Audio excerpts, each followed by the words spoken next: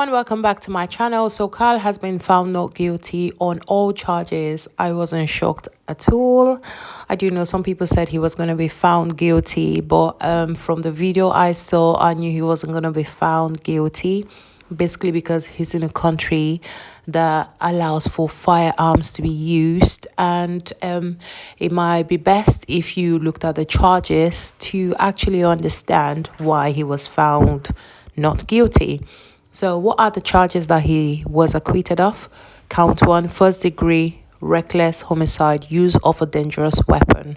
So with count 1, it had to be shown that he was reckless and that he caused the death of 36-year-old Joseph under circumstances that showed disregard for human life.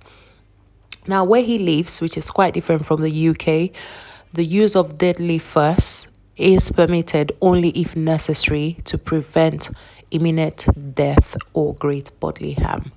Count 2, first degree recklessly endangering safety, use of a dangerous weapon.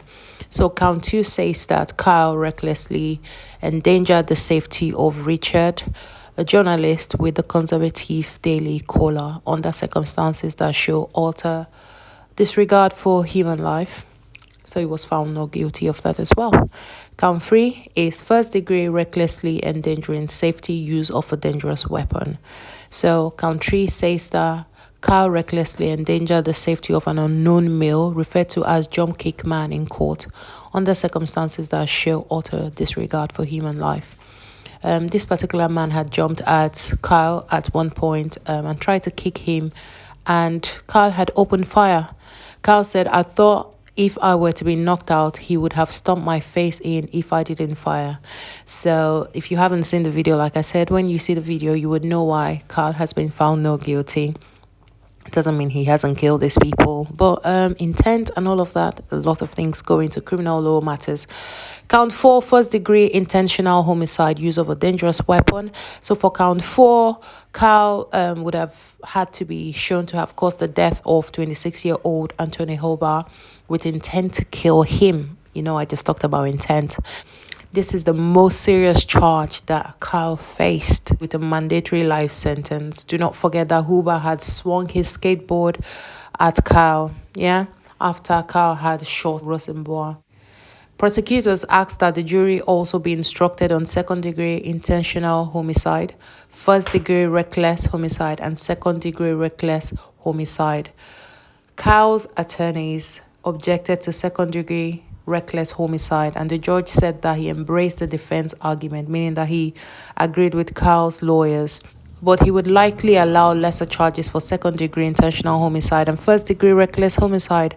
So what is count 5? Count 5 is first-degree intentional homicide, use of a weapon. Kyle attempted to cause the death of 27-year-old Gage with intent to kill him. The members of those who have lost their lives are obviously not happy with the outcome of this case.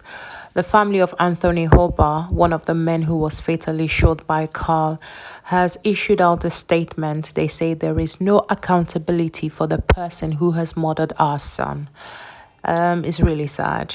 A lot of us have enjoyed this trial. A lot of us have seen how the traditional courtrooms are now being shown in the media to the public, and we have enjoyed it. But sadly, there are people who have not looked at this as a show or anything. They have actually looked at this as the trial of someone who has killed their child. So I just hope that they find some comfort.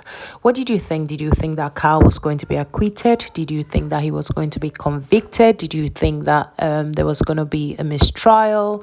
What did you think about the whole trial? Let me know. Do not forget to like, subscribe, and leave a comment. I like to hear from you. Bye for now. Bye.